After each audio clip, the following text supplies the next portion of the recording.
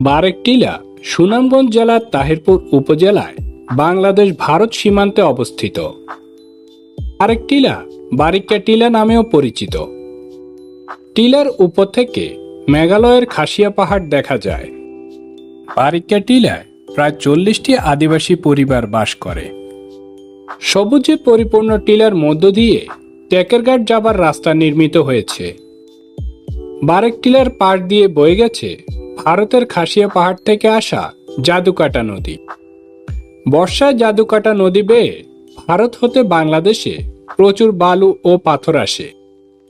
তখন এখানে বালু ও পাথর তোলার কর্মব্যস্ততা বিশেষভাবে আকৃষ্ট করে। বারেক টিলা থেকে 40 মিনিটের পথ পাড়ি দিলেই বড়ছড়া চারাগাঁও শুল্ক স্থলবন্দর।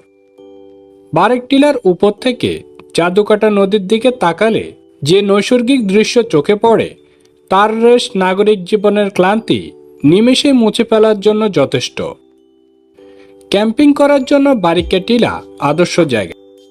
এখান থেকে সূর্যোদয়ের সুন্দর দৃশ্য দেখা যায়।